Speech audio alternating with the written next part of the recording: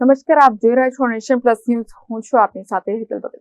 મુખ્યમંત્રી ભૂપેન્દ્ર પટેલે નવી રચાયેલી આણંદ, નડિયાદ, મોરબી, વાપી, નવસારી અને ગાંધીધામ એમ 6 મહાનગરપાલિકાઓ સહિત સુરત, રાજકોટ, વડોદરા અને જામનગર તથા ભાવનગર મહાનગરપાલિકા અને પાટણ, વડનગર, સિદ્ધપુર અને કડી નગરપાલિકાને એક જ દિવસમાં 710 કરોડ રૂપિયા સ્વર્ણિમ જયંતિ મુખ્યમંત્રી શહેરી વિકાસ યોજના અન્વયે વિકાસ કામો માટે મંજૂર કર્યા છે. મુખ્યમંત્રી ભૂપેન્દ્ર પટેલે આ 6 નવરચિત મહાનગરપાલિકાઓ ઉપરાંત સુરત, રાજકોટ, વડોદરા, જામનગર અને ભાવનગર મહાનગરપાલિકાઓને આગવી ઓળખના કામો, ખાનગી સોસાયટી જનભાગીદારીના કામો અને ઇન્ફ્રાસ્ટ્રક્ચર ડેવલપમેન્ટના કામો તેમજ special assistance for capital investment અંતર્ગતના કામો માટે નાણાંની ફાળવણી કરી છે.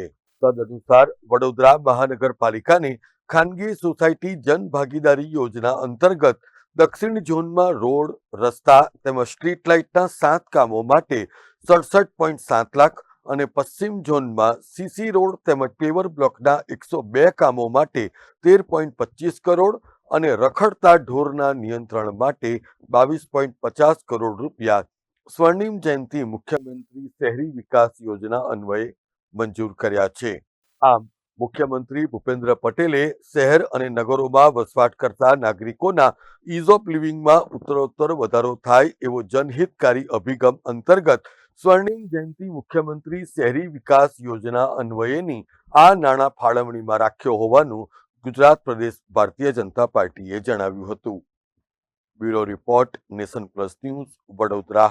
સમાચારોના સતત અપડેટ મેળવવા માટે અમારી નેશન પ્લસ ન્યૂઝની યુટ્યુબ ચેનલને સબસ્ક્રાઇબ કરો, બેલ આઇકન દબાવો અને જોડાયેલા રહો ફેસબુક, ઇન્સ્ટાગ્રામ અને ટ્વિટર પર.